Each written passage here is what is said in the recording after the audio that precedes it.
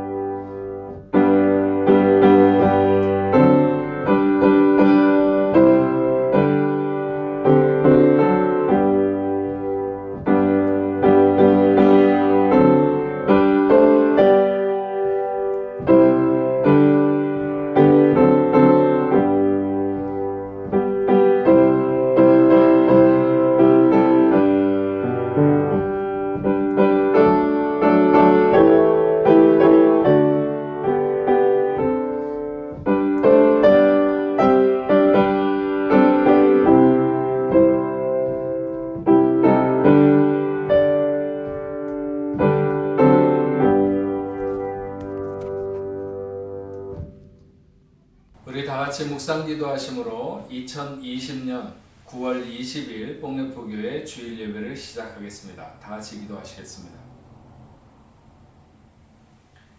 만군의 여호와여, 주의 장막이 어찌 그리 사랑스러운지요.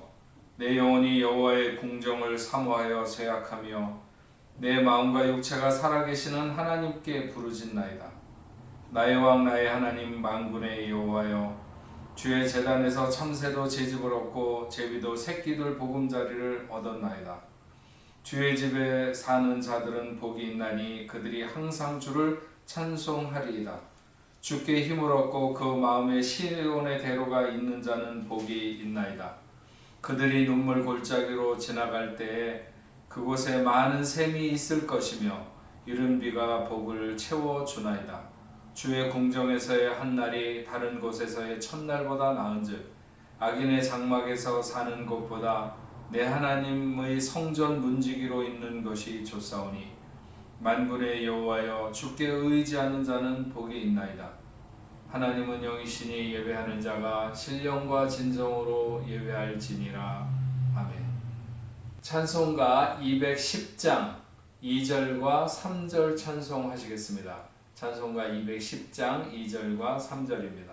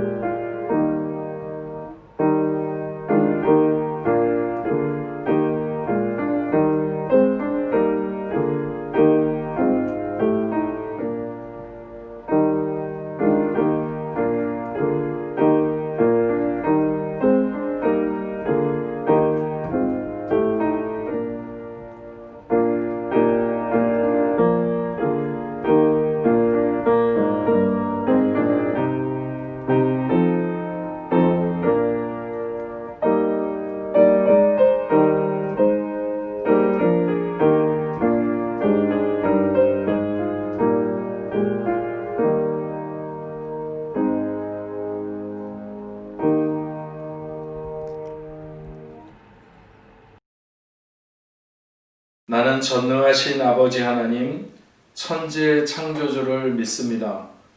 나는 그의 유일하신 아들, 우리 주 예수 그리스도를 믿습니다.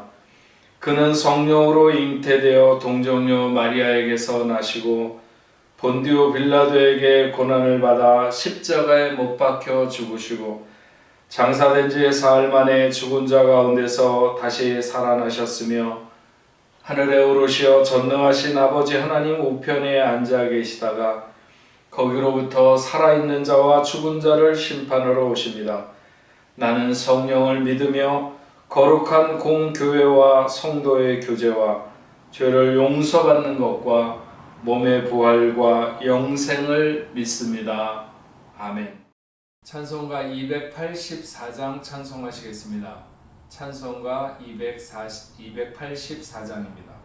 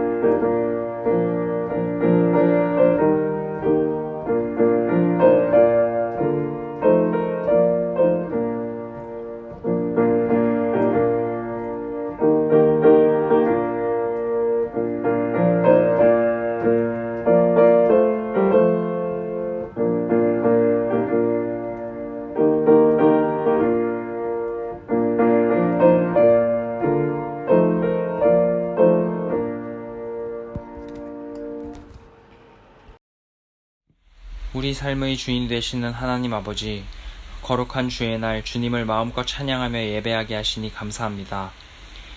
제한된 일상 속에서도 저희들을 주님의 자녀로 눈동자같이 지켜주시고 주님을 바라보게 하시니 감사합니다. 오늘도 어김없이 예배의 자리로 불러주신 주님께 감사와 찬양과 영광을 올려드립니다. 지난 한 주 동안을 돌이켜 보았을 때 하나님을 생각하지 못하고 내 힘과 내 뜻만을 의지하고 산 것을 용서하여 주시고 이웃을 사랑하지 않고 시기와 질투로 살아온 저희들을 용서하여 주시옵소서. 하나님을 사랑한다고 하나님만 의지한다고 항상 기도하면서도 세상을 사랑하고 세상을 쫓아 살아왔던 저희들을 용서하여 주시옵소서. 사랑의 하나님, 오늘도 예배에 참석한 모든 성도들이 하나님의 살아계심을 느끼게 하여 주시고 말씀을 통해서 그 삶이 변화되고 한 주간을 살아갈 목표를 삼게 하여 주시옵소서. 피치 못할 사정으로 예배에 참석하지 못한 성도들에게도 동일한 은혜를 허락하여 주시옵소서. 지금 이 시간에도 코로나 바이러스로 인해 하루하루 힘겹게 살아가는 주의 백성들을 긍휼히 여겨 주시옵소서. 이 재앙을 속히 멈추게 하셔서 일상의 기적을 누리게 하옵시고 확진자들을 회복시켜 주시고 고통받는 가족들을 위로하여 주시옵소서. 삶의 기반이 무너져 내린 이웃들과 고생하는 의료진과 봉사자들을 붙들어 주시옵소서.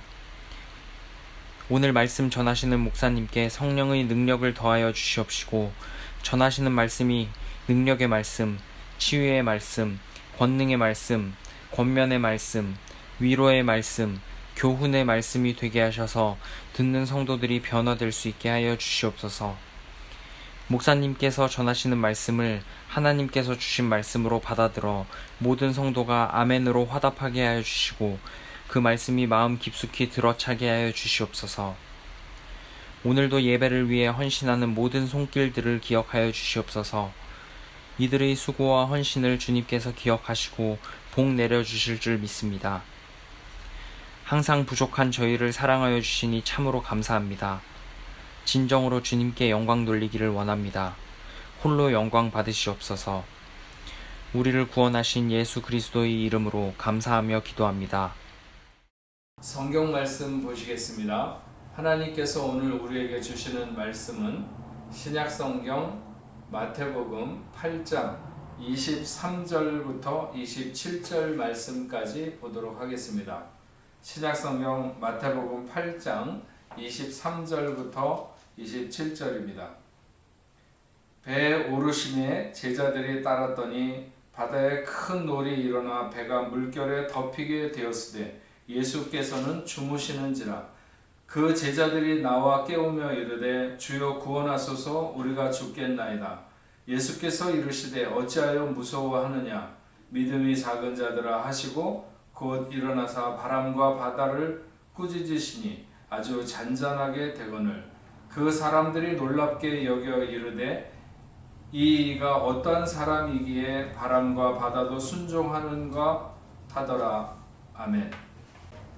네, 복내포 성도 여러분, 한 주간 동안 잘 지내셨습니까? 오늘 우리가 마태복음 8장을 통해서 이적을 행하시는 예수님의 의도라고 하는 제목으로 하나님의 말씀을 들을까 합니다. 엘리야가 갈멜산에서 바알의 선지자들과의 대결에서 이긴 후에 오랜 시간 동안 가뭄에 있었던 나라는 해갈을 얻었지만 아합의 아내였던 이세벨이 엘리야를 죽이겠다고 맹세를 하고 나서게 됩니다. 자기가 섬기는 바알의 선지자들을 다 죽였다는 이유죠. 그래서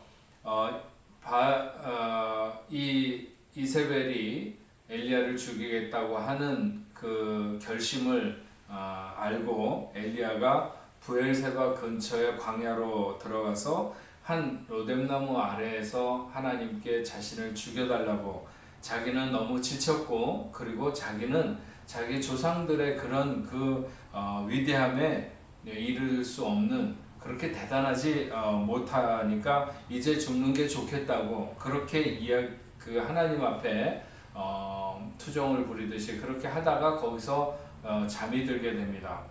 그때 천사가 와서 그를 깨우게 됩니다. 그래서 일어나 보니까 숯불에 구운 떡과 물 한 병이 있어서 그것을 먹고 나서 다시 또 잠이 들게 되죠. 그랬더니 천사가 또 와서 그를 또 깨웁니다. 그가 준비된 음식을 먹고 기운을 얻어서 그곳으로부터 40주 40야를, 그러니까 40일 동안을 달려서 하나님의 산 호렙산에 이르게 되는 것이죠. 그가 호렙산에 이르러 거기 어느 굴에 들어가 있었는데 그때 여호와 하나님의 말씀이 엘리야에게 임해서 엘리야야 네가 어찌하여 여기 있느냐 이렇게 물었습니다. 그러니까 엘리야가 말하기를 자신이 하나님에 대한 열심이 유별나서 이런 그 시대로부터 고통을 당해가지고 이곳에 이렇게 피해 있는 것이 아니냐 이렇게 그 대답을 하니까 여호와 하나님께서 엘리야에게 네가 밖에 나가서 내 앞에 서라. 그래서 엘리야가 굴에서 나가서 산에 이렇게 서게 됩니다. 그랬을 때 여호와 하나님이 그 엘리야의 앞을 지나가시는데 가장 먼저 크고 강한 바람이 정말 산을 가르고 바위를 부수는 그런 엄청난 바람이 이렇게 부는데 하나님께서 그 바람 가운데 계시지 않았고 바람 후에 지진이 있어서 온 땅이 흔들리고 이렇게 그 엄청난 지진이 일어나는데 그 지진 가운데도 계시지 않았고 지진 후에 불이 있었는데 그 불 가운데도 계시지 않았습니다. 불 이후에 세미한 소리가 있었습니다. 엘리야가 굴에서 나갔다가 바람이 산을 가르고 막 그 바위를 터뜨리고 하는 이런 엄청난 일이 있을 때 무서워서 다시 굴로 들어왔겠죠. 지진이 있었을 때 굴에 있으면 깔려 죽을까봐 밖으로 나가려고 했었을 것입니다. 불이 있었을 때 그는 굴에 들어가지도 못하고 그렇다고 해서 바깥으로 나가지도 못하고 이렇게 굴과 밖을 왔다 갔다 하고 있을 때 세미한 여호와의 음성이 엘리야에게 들렸습니다. 언젠가 제가 이 본문으로 설교를 하면서 그런 말씀을 드린 적이 있습니다. 하나님이 엘리야에게 굴에서 나가서 서라고 하면서 왜 엄청난 바람은 자연적이지만 그 시간에 그 바람은 결코 자연적인 바람이라고 말할 수 없을 만한 엄청난 그 위력을 가진 바람이었습니다. 지진, 그 지진도 역시 자연적으로 일어날 수 있는 일이지만 그 시간에 지진이 일으킬 수 있다고 하는 것은 그거 역시 초자연적인 역사죠. 불도 마찬가지입니다. 그 불이 어떻게 역사되었는지는 잘 모르지만 불이 비처럼 내리든지 아니면 불이 회오리처럼 몰려갔든지 간에 그것은 분명히 초자연적인 역사였습니다. 그런 초자연적인 역사를 나타내신 후에 하나님은 엘리야에게 말씀하기를 네가 어찌하여 여기 있느냐? 네가 왜 여기 있어야 하니? 이런 질문을 합니다. 그랬을 때 엘리야가 하나님이 있으라고 하셨잖아요 하는 1차원적인 대답을 하나님이 원하셔서 엘리야에게 그렇게 물었던 것은 아니죠. 내가 너에게 꼭 이런 것을 보여주어야 하니, 내가 꼭 너에게 이런 능력이 있다고 하는 것을 보여주어야만 네가 나를 믿는 거니, 너와 나 사이에는 이런 것이 필요 없는 것이 아니니, 네가 부를 때 갈멜산에서 그렇게 불로 응답했던 내가 아니냐, 너에게 무엇이 더 필요하냐, 이렇게 하나님이 말씀하시는 거나 마찬가지죠. 하나님이 천지를 창조하시고 삼라만상 자연의 모든 것이 어떤 순리를 따라서 돌아가도록 하신 이후에, 물론 하나님이 인생 앞에 인생이 기적이라고 말할 수 있는 많은 일들을 나타내셨지만 실제로 그 어떤 기적도 하나님이 그런 것을 나타내고 싶으셨던 기적은 없습니다. 하나님이 그 어떤 이적이라 할지라도 그것을 세상에 나타내신 것은 모두 사람들이 하나님을 불신하거나 하나님의 능력을 간절히 알기 원하는 그 바람에 맞추어서 주신 것 뿐이지 하나님 자신이 그 기적을 행하고 싶으셨던 것은 아닙니다. 예를 들면 하나님이 이스라엘을 애굽에서 이끌어내기 위해서 그 애굽 땅에 10가지 재앙을 내리셨습니다. 하나님이 내리신 재앙 그 한 가지 한 가지는 모두 자연의 순리를 거스르는 것이었습니다.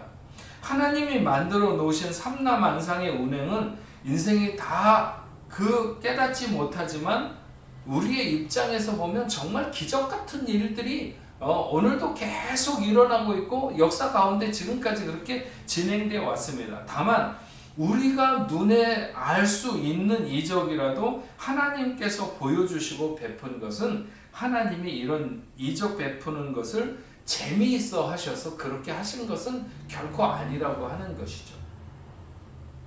하나님이 엘리야에게 내가 너에게 꼭 이런 것을 보여줄 필요는 없지 않겠니? 우리 사이가 이미 그 정도는 다 알고 있는 것 아니야? 하나님이 행하신 수많은 이적들 가운데 하나님이 그 이적 행하심으로 그것이 자신을 위한 것이라든지 아니면 그 능력을 과시하고자 해서 나타내신 것은 아닙니다. 오늘 본문에 가버나움에서 사역하고 하시고 예수님께서 건너편으로 가시려고 배에 오르셨는데 너무 피곤해서 배에 오르자마자 주무시게 되었습니다. 그런데 얼마쯤 지나지 않아서 강력한 풍랑이 일기 시작한 거죠. 그 강력한 풍랑은 뱃사람으로 오랜 시간을 지내온 제자들조차도 두려워할 정도의 강력한 풍랑이었습니다. 마가복음에 의하면 예수님께서 고물에서 베개를 베시고 주무셨다 이렇게 기록하고 있는데, 그 앞에 있는 20절 말씀을 보면 여우도 굴이 있고 공중에 새도 거처가 있으되 인자는 머리 둘 곳이 없다고 하셨습니다. 평지에서 안식할 곳이 없으신 주님께서 경랑이 있는 한 바다 한가운데서 고물에 머리를 의지한 채 주무시고 계신 것이죠. 그만큼 피곤하셨던 것이고 그의 평온이 그만큼 강력한 것이기도 하셨습니다.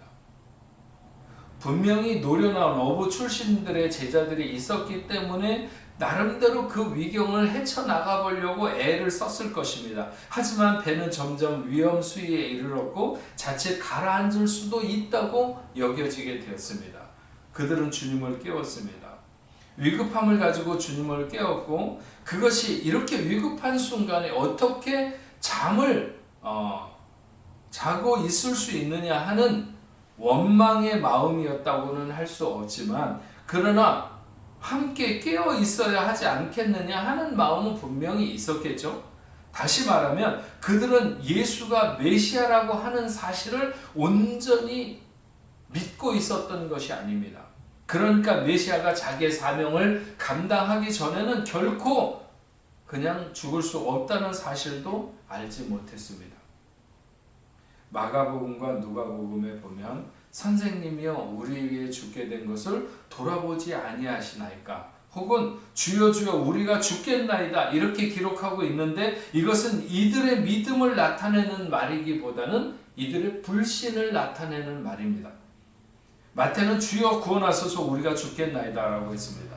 결과론적으로 예수 그리스도를 제외하고 그 어느 누구도 우리를 구원하실 분이 없고 오직 예수님 뿐이라는 사실을 나타내지만, 그러나 제자들이 예수님을 급하게 찾거나 도움을 요청하는 이면에 그분에 대한 절대적인 신뢰가 담겨 있었다 이렇게 말할 수는 없다는 것이죠. 26절 말씀에 보면 예수님께서 이르시되 어찌하여 무서워하느냐 믿음이 적은 자들아 하시고 곧 일어나사 바람과 바다를 꾸짖으시니 아주 잔잔하게 되거늘. 수면을 방해받으신 주님이 짜증나신 것이 아니라 그들이 두려움에 잠긴 것을 보시며 주님의 마음이 심란해지신 것이죠. 하나님의 아들 메시아와 더불어 배에 타고 있으면서도 그들은 여전히 바람과 파도의 지배 아래 머물렀습니다. 그리고 그들이 단지 풍랑으로 인해 감정적인 공포나 위기의식을 가진 것에 대한 것이기보다는 그들 속에 있는 잠재적 불신앙의 어떤 성향과 환경 의존적인 미숙한 신앙 때문이라고 봅니다. 그들의 무서워함은 그들의 불완전한 믿음을 나타내는 것이고, 또한 예수와의 관계가 확고하지 못하다고 하는 것을 증명하는 것이었습니다. 만약 예수님과의 완전한 관계에 머물러 있었다면 그들은 어떤 위험이든지 혹은 어떤 질병이든지 더 나아가서 죽음이라 할지라도 무서워하지 않을 수 있었을 것입니다. 예수는 모든 것을 초월하여 계신 만유의 주인이시며 전능하신 하나님이기 때문인 것이죠. 예수님께서 믿음이 적은 자들아 이렇게 말씀하셨는데, 이것은 거의 신뢰할 수준이 못 되는 정도를 의미하는 것입니다. 신약 성경에 5번 정도 사용된 이 믿음이 적은 자들아 하는 이 표현은 항상 예수님의 제자들에게 사용되었습니다. 가장 믿음이 깊어야 할 그들이 그렇지 못한 것이 주님의 마음을 아프게 했고, 특히 이들이 뭔가 표면적인 것에만 집착하고 내면으로 들어가서 본질을 깨닫지 못하는 것에 대해서 주님은 아쉬워하셨습니다. 그래서 믿음이 적은 자들아 할 때 그것은 단지 믿음의 양이 적다는 것보다는 믿음의 질이 좋지 못하다라고 하는 것을 의미하는 것이 아닐까 이렇게 생각합니다. 어쨌든 분명한 것은 믿음과 두려움은 서로 대립하는 것이라고 하는 것이죠. 믿음은 두려움을 없애주고요.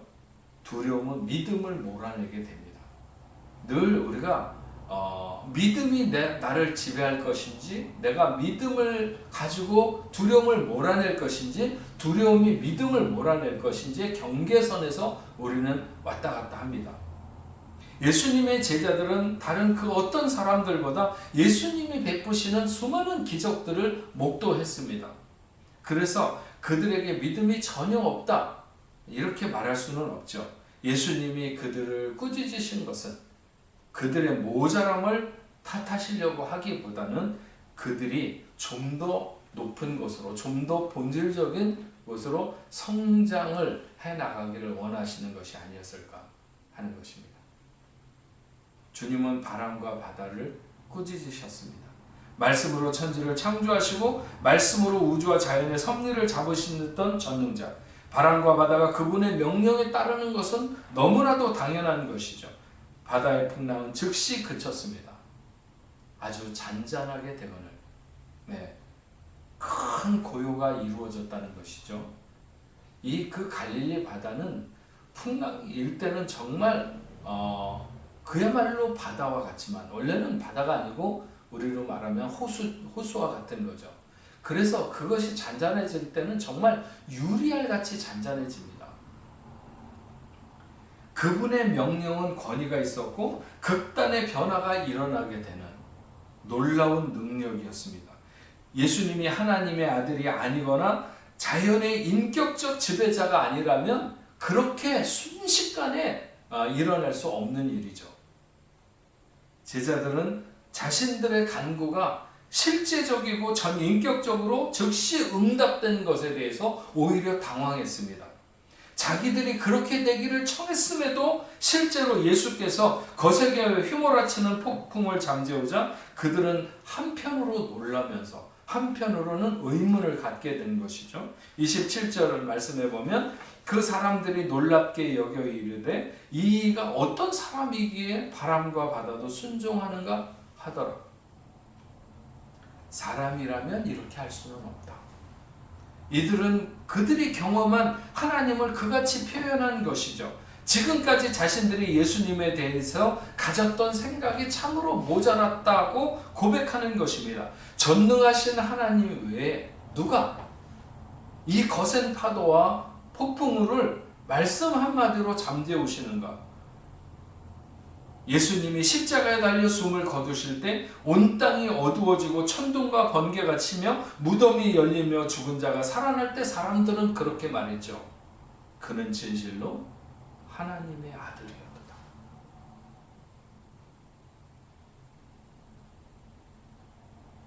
또 하나의 사건이 마태복음 8장에 기록되고 있습니다. 그것은 예수님이 가다라 지방에 도착하셨을 때 무덤 사이에 귀신 들린 사람 둘을 만난 것입니다. 마가복음과 누가복음에는 귀신 들린 사람이 한 사람인 것처럼 기록하고 있습니다. 그렇지만 숫자에 민감했던 세리였던 마태의 기록이 더 구체적일 수 있습니다. 마가와 누가의 기록이 틀렸다는 것은 아닙니다. 복수의 귀신 들린 자가 있어도 마가와 누가는 그 중에 한 명의 스토리를 따라서 기록했을 것입니다.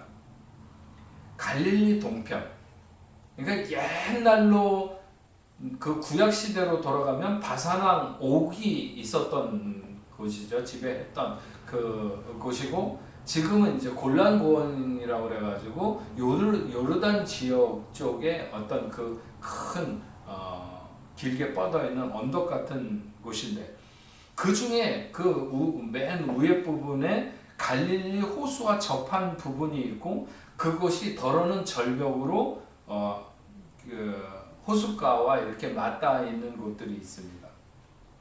석회암으로 이루어진 언덕이나 절벽 같은 곳에 사람들이 주로 무덤을 만들었습니다. 고대 유대인의 유적지를 가보면 그들이 굴을 파서 많이 살았었거든요. 그래서 굴을 파가지고 살던 사람의 집인지 굴을 파서 만든 무덤인지가 잘 구분이 안 될 정도로 이런 것들이 굉장히 많이 있었습니다. 어쨌든 이 귀신 들린 사람들은 그 무덤 사이에서 살아가는 거죠. 쇠사슬로도 몇 번 묶어두었지만 이제는 그렇게도 할 수 없는 지경에 이른 사람들이었습니다. 이제 그들에게 본래 인간에게 있었던 고유한 인격은 파괴된 지 오래였고 오직 사단의 파괴력만 지니고 있어서 아무도 그 앞을 홀로 지나갈 수는 없었습니다. 그런데 주님이 일행을 데리고 그 앞으로 오신 것이죠. 단순하게 그 길이 가장 빠르거나 아니면 다른 길이 없어서는 아니었을 것입니다. 무덤 사이에서 그들이 나와서 주님을 만났습니다. 29절에 보면 이에 그들이 소리를 질러 이르되 하나님의 아들이여 우리가 당신과 무슨 상관이 있나이까? 때가 이르기 전에 우리를 괴롭게 하려 여기에 오셨나이까 하더니 이들이 말하는 하나님의 아들이여 하나님의 아들이여 하는 것은 그리스도를 지칭하고 메시아를 지칭하는 아주 정확한 칭호죠. 예수님의 제자들은 사실은 앞에서도 살폈지만 바로 그것에 대해서 진정으로 알지 못했습니다. 그러나 귀신에 잡힌 이들은 영적 감지력으로 인해 예수님이 누군지 알고 있었죠. 귀신들은 예수를 알고 있으면서도 증오합니다. 왜냐하면 예수는 그들의 대적이기 때문입니다. 우리가 당신과 무슨 상관이 있나이까? 당신이 누구이고 우리가 누구입니까? 그것을 당신도 잘 알고 나도 잘 알고 있습니다. 제발 그냥 내버려 둘 수는 없습니까? 왜 괴롭히고 방해합니까? 그러면서 귀신 들린 자들이 아주 놀라운 이야기를 합니다. 그것은 때가 이르기 전에 이 때라고 하는 것은 사단의 최후의 운명의 날이고 세상의 끝날을 말하는 거죠. 대심판의 날을 말하고 있는 것입니다. 적어도 이 심판의 날까지 결박당하지 않고 사람들을 미혹하도록 우리에게 허락되어 있지 않는가. 당신이 그 심판주인 것을 안다. 그런데 그 순간이 아직 이르지 않았는데 그 순간이 아직 이르지 않은 것을 내가 아는데 왜 여기에 오셨나이까? 이렇게 말하는 것입니다. 마가복음과 누가복음에 보면 예수님께서 그 귀신 들린 자를 만나자마자 그 사람들을 향해서 귀신에게 나오라고 명령했다고 밝히고 있습니다.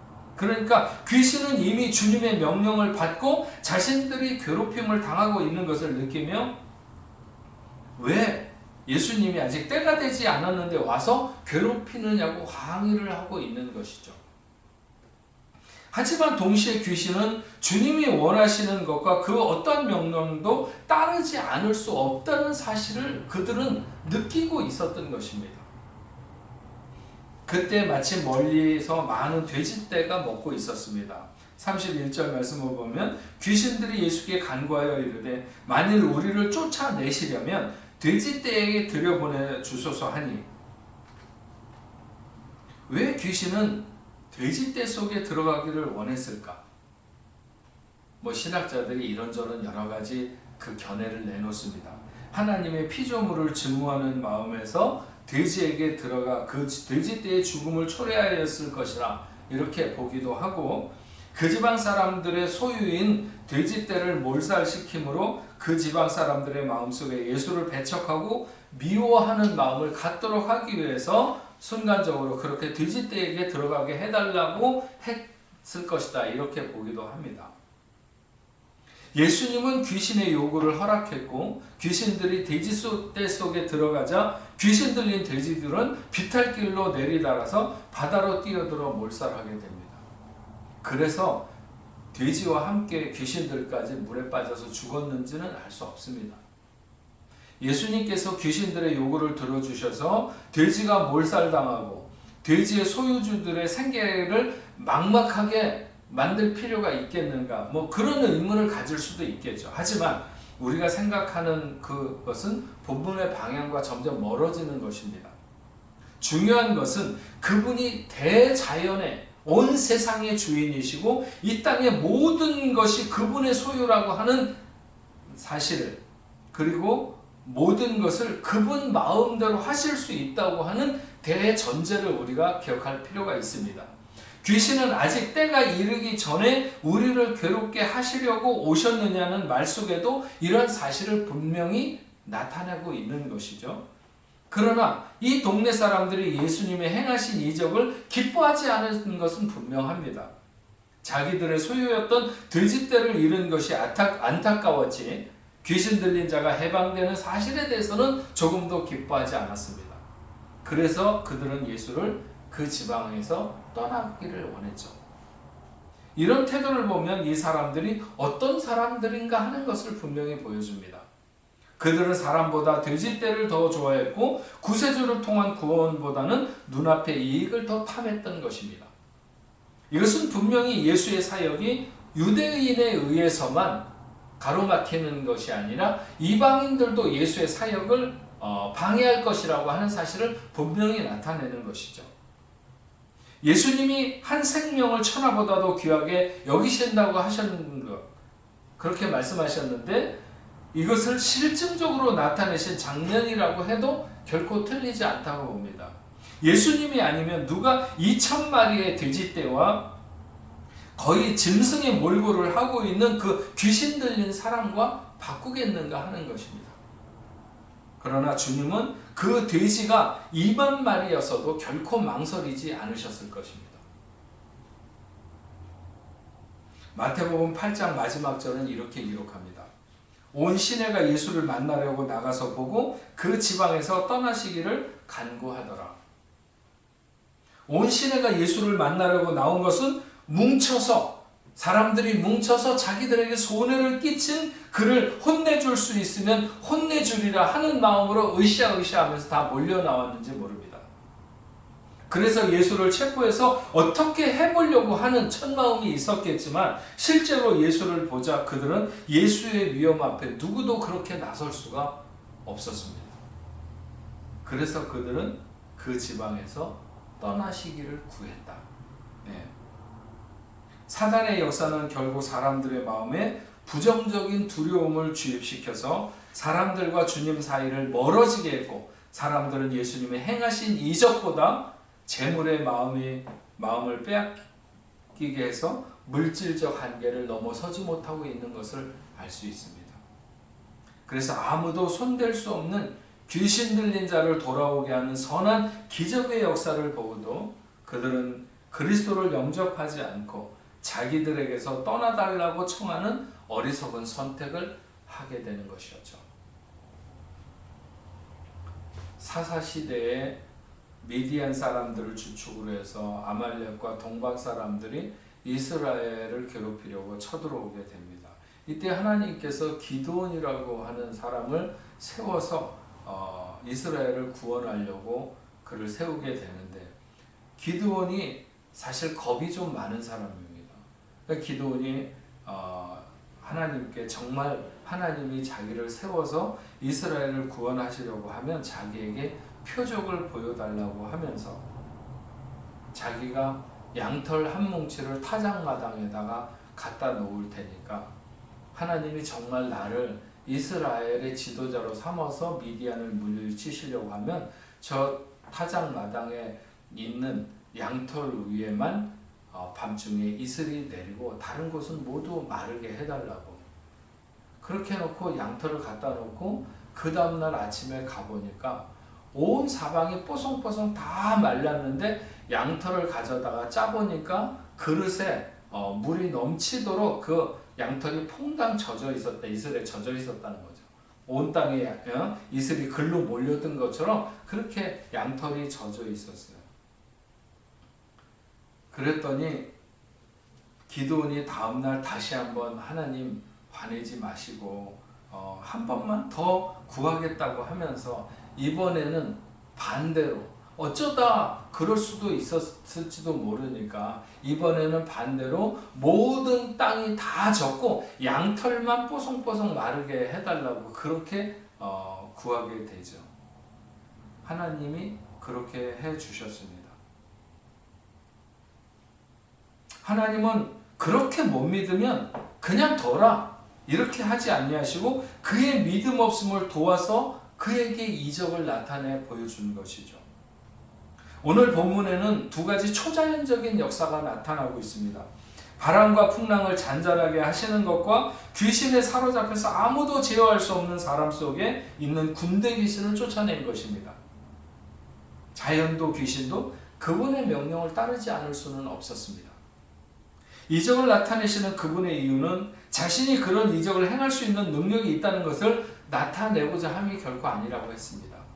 그런 이적을 행함이 재미있어 하심도 아닙니다. 이분이 이적을 행하심은 우리의 믿음을 돕고 우리를 구원하시고자 하는 목적이 있습니다. 오늘 우리가 살아가는 이 시대는 풍랑이 거칠게 일어나는 시대이기도 하고 귀신의 역사가 그 어느 때보다도 강력하게 인생을 사로잡는 시기라고 말할 수 있습니다. 우리는 오늘 우리의 믿음을 돕고 우리를 구원하시고자 하는 그분의 역사를 기대합니다. 하지만 그런 초자연적인 역사를 필요하지 않을 만큼 우리가 강건하고 그 믿음이 분명하다면 그것은 기적을 낳는 것보다 훨씬 더 훌륭한 신앙이라고 말해야 합니다. 그래서 우리는 하나님의 기적이 일상처럼 일어나는 시간보다는 하나님이 그 어떤 기적을 보이시지 않아도 우리의 믿음이 견고하며 우리의 구원이 확실한 그런 삶을 살아가는 저와 여러분들이 되어야 될 줄로 믿습니다. 복내부 성도 여러분, 성경에 기적을 많이 본 사람들은 대체적으로 강팍했습니다. 애굽을 나온 이스라엘 백성들이 그랬고 예수님의 사역이 주로 이루어졌던 가버나움의 사람들이 그랬습니다. 기적은 하나님 편에서도 엄청난 일이 아닙니다. 하나님 스스로 정말 기적 같은 일이라고 생각하는 것이 딱 하나 있다면 그것은 당신의 아들을 세상에 내어준 것입니다. 그래서 그 아들로 하여금 세상죄를 지고 십자가를 지게 하신 일, 그것은 정말로 하나님이 생각해도 기적과 같은 놀라운 일이다. 이렇게 여겨질 일이 있다면 단 한 가지 그것입니다. 천지를 뒤집어 놓는 기적이라 할지라도 그것이 하나님의 마음을 설레게 하는 것은 아닙니다. 단지 우리의 믿음을 돕고 잃어버린 영혼을 구원하기 위해서 하나님이 이적을 행해도 우리가 그 이적이 필요 없는 믿음을 보인다면, 그런 구원에 든든히 서 있기만 하다면 하나님이 훨씬 더 좋아하실 것이라고 믿습니다. 성경에 기록된 나타난 많은 이적들, 우리가 그것을 믿는다면, 그 이적을 행하신 하나님을 믿는다면 우리는 그 기적이 필요치 않은 더 단단하고 더 하나님이 기뻐하시는 신뢰하는 믿음을 가진 사람으로 오늘 살아갈 수 있는 것입니다. 우리 복내포교회 성도 여러분, 이 시대 하나님이 기적 같은 역사를 내 삶에 매일 쏟아부으시기를 원한다면 그것은 어린아이의 신앙일 수 있습니다. 우리는 하나님을 의지하고 믿는 그 믿음으로 오늘도 하나님이 우리를 바라보시는 것으로 그냥 흐뭇할 수 있는 그런 단단한 믿음, 견고한 구원의 자세를 가지고 오늘을 살아가는 우리 복내포 성도 여러분들이 되시기를 주의 이름으로 축원합니다. 기도하겠습니다. 하나님 아버지, 오늘 마태복음 8장에 있는 말씀을 통해서 주님이 나타내신 놀라운 이적, 자연이 순종할 수밖에 없고 귀신이 떠나갈 수밖에 없는 이런 놀라운 역사를 이루신 것을 우리가 오늘 말씀을 살펴보면서 우리의 믿음을 돕기 위해서, 우리의 의심 많은 믿음을 돕기 위해서 하나님의 그런 이적을 베푸시고 또 귀신을 떠나가게 하시는 이런 놀라운 역사를 우리가 살펴봤습니다. 그러나 하나님 아버지, 우리가 정말 하나님의 어떤 그 이적을 꼭 우리의 그 삶의 현장에서 베풀기를 원하시는 그런 그 마음을 안 가져도 우리가 견고한 믿음을 가지고 주님을 따라갈 수 있다면 하나님은 더 우리를 귀하게 여기시리라 믿습니다. 어린아이 때는 부모의 손길을 많은 것을 필요로 하고 또 믿음이 초보일 때는 하나님의 은혜만을 구합니다. 그러나 성숙해지면 우리가 하나님 앞에 이루어야 될 공의는 무엇인지, 하나님의 뜻대로 행하며 살아야 되는 것은 무엇인지 하는 것을 우리가 배워가는 것처럼, 하나님이 아무리 원하시면 그 기적을 일상처럼 베푸실 수 있어도 우리는 오히려 그런 것을 구하지 않아도 하나님 앞에 견고하게 서서 믿음으로 서서 구원의 백성으로 살아갈 수 있는 저희가 다 될 수 있도록 주님 도와주옵소서. 예수님의 이름으로 기도합니다. 아멘. 네, 우리 찬송가 432장 찬송하시겠습니다. 찬송가 432장입니다.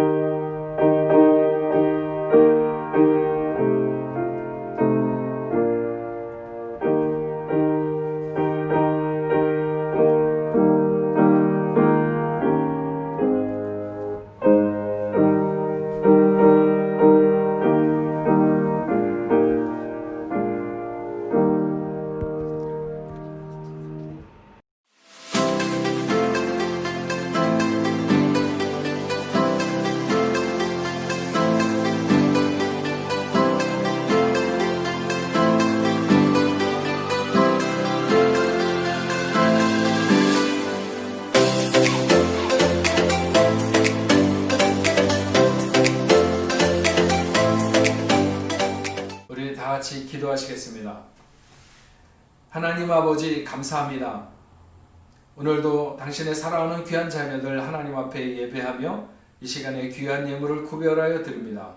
믿음으로 드리는 손길들마다 하나님의 놀라운 은혜가 넘치게 하시고 저들이 하는 모든 사업과 가정과 직장생활 또 학업 위에도 하나님 함께하여 주시옵시고 어디로 가든지 무엇을 하든지 하나님 동행하시며 그곳에 함께하여 주셔서 필요한 모든 것들이 공급받고 어려운 환난 중에도 하나님의 보호하심을 누리며 살아가는 귀한 자녀들 다 될 수 있도록 주여 도와주옵소서.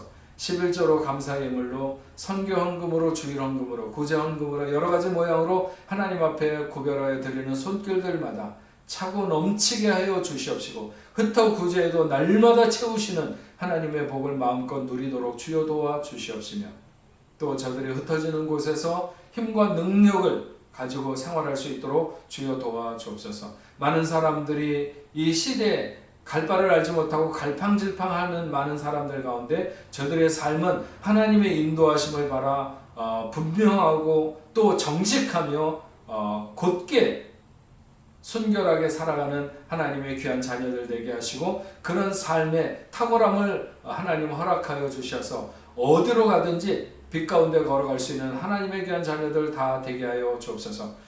이 땅에 우리 뽕네프 교회를 세우심을 감사드립니다. 교회가 건강해서 생명 공동체 그리고 예배 공동체가 되게 하시고 주관하는 많은 영혼들을 하나님께로 이끌 수 있는 교회가 되도록 하나님 인도하여 주옵소서. 흩어져서 복음을 증거하는 모든 선교사님들 하나님 함께하여 주시옵시며 두려움 없게 하시고 이런 어렵고 힘든 시대 가운데서도 하나님의 뜻을 행하기에 부족함 없도록 주여 도와 주옵소서.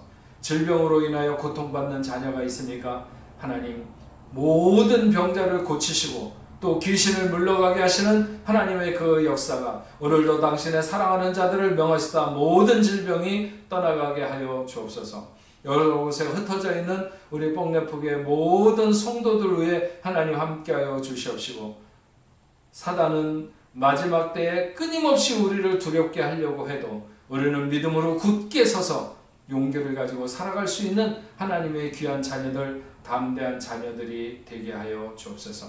코로나19로 인하여 고통받는 자녀들이 있다면 그 민족, 그 나라들 위에도 하나님 역사하여 주시어서 빨리 회복되며 물러갈 수 있도록 주님 역사하여 주옵소서.